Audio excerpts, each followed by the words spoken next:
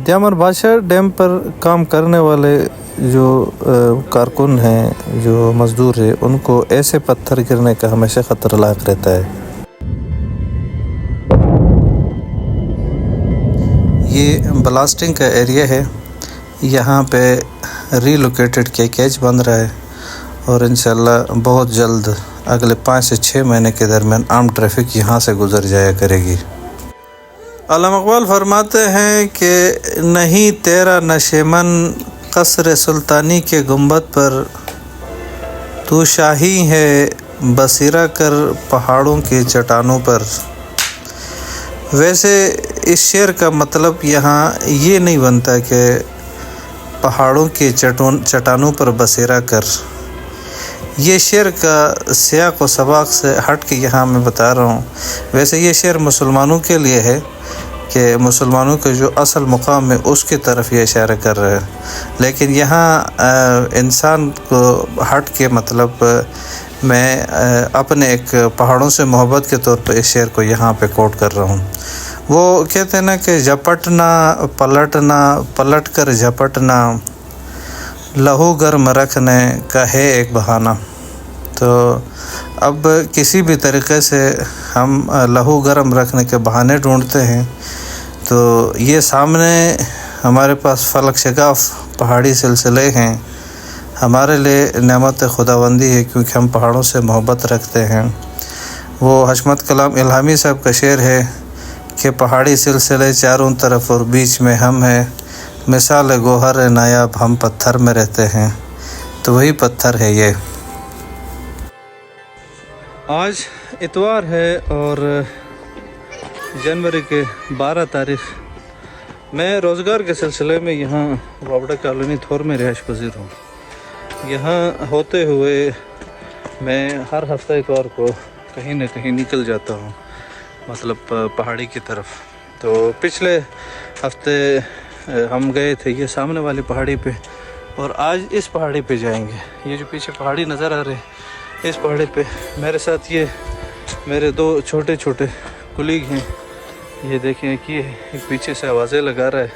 मैं ये सामने पहाड़ी दिखाता हूँ। हम पिछले दफ़ा किधर गए थे और इस दफ़ा अब कहाँ जा रहे हैं। पिछले दफ़ा हम इस पहाड़ी पे गए थे, यहाँ ऊपर इस एरिया को हमने टॉप कर लिया था और आज हम जाएंगे यहाँ पे, ये दिखा रहा हूँ इस पहाड़ी पे। यहाँ नीचे से इसका रास्ता बना होगा और इधर जाएंगे इस पहाड़ी पे। तो वहाँ से जाके आपको सीन दिखाते हैं, मेरे साथ चले।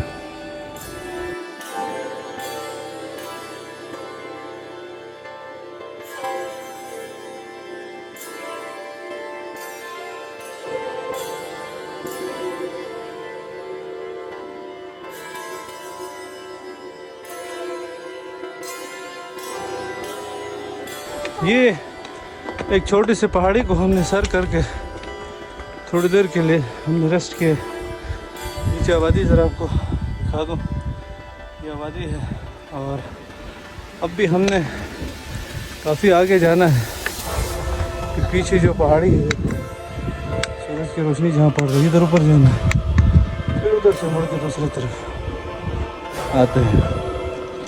तो अभी तक ये दोनों माउंटेन किलर अभी थके नहीं हैं। तो कहते हैं कि भाई तो हमने थोड़ा सा रास्ते किए, जबकि हमारा 1.5 घंटा अभी लगा है। तो अभी चलते हैं आगे, ये कहाँ तक थकते हैं फिर वापस मुड़ते हैं। और ये देखिए ऊपर ये फलक शगाफ चोटियाँ हमारे बिल्कुल बराबर में आ गए। अभी ये जो पहाड़ी है पीछे आरिफ के बैक साइड पे, इसके लेवल को हमने टच करना है।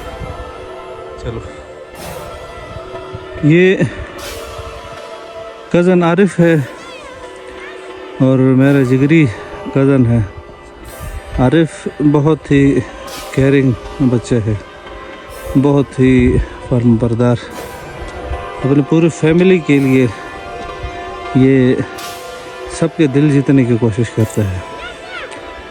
अब यहाँ हम पहाड़ी के बिल्कुल चोटी पे पहुँचे हैं।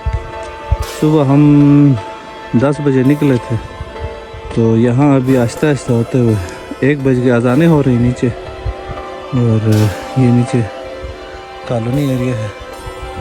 हम बिल्कुल टॉप पे पहुँचे हैं। तो ये मेरे दो साहबजादे अपने चाचू के साथ आराम आराम से चहलकदमी करते हुए आ रहे हैं, गपशप करते हुए। तो यही एडवेंचर है, यही ज़िंदगी है। अहियान थक गए हो? हसन थक गए हो? शाबाश। अच्छा, तो फाइनली हम उस पहाड़ के चोटी पे पहुंच गए। ये बिल्कुल हमारे लेवल पे है, देखिए सामने।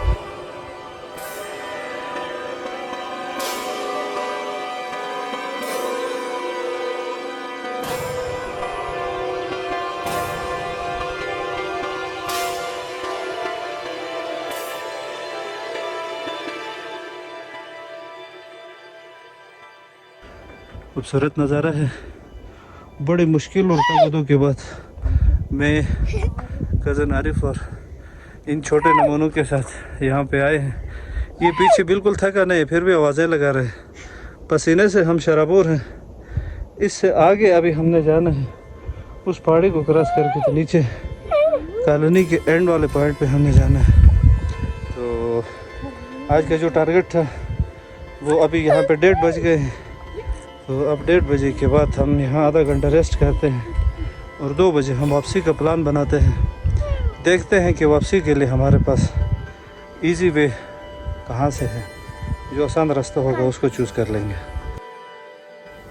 जब कोई बंदा जहाज़ पे ड्यामर बादशाह डैम का विज़िट करे तो डैम साइड से थोड़ा आगे आपको ये सख्त पहाड़ों के अंदर कुछ लोग बसे हुए आपको नज़र आएंगे।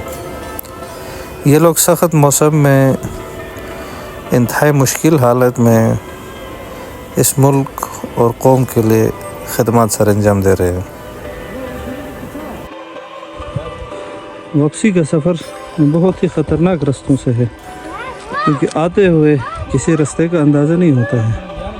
तो इस वजह से वापसी का आपने ख्याल रखना है। हम दूसरी तरफ से आए, ये रास्ता बड़ा मुश्किल है। ये देखो नीचे गिरते हुए, लड़ते हुए इस रास्ते से आए।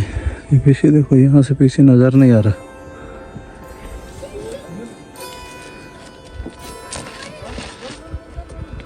अहियान, तो आखिरकार अल्लाह का फजल हुआ कि हम खैरियत से कॉलोनी दोबारा पहुँच गए।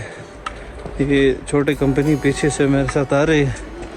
तो असल ये चीज़ होता है कि बंदा अपना सेहत का भी ख्याल रखे और नेचर को भी देखे और जिस एरिया में रहते हैं उस एरिया को एक्सप्लोर करे।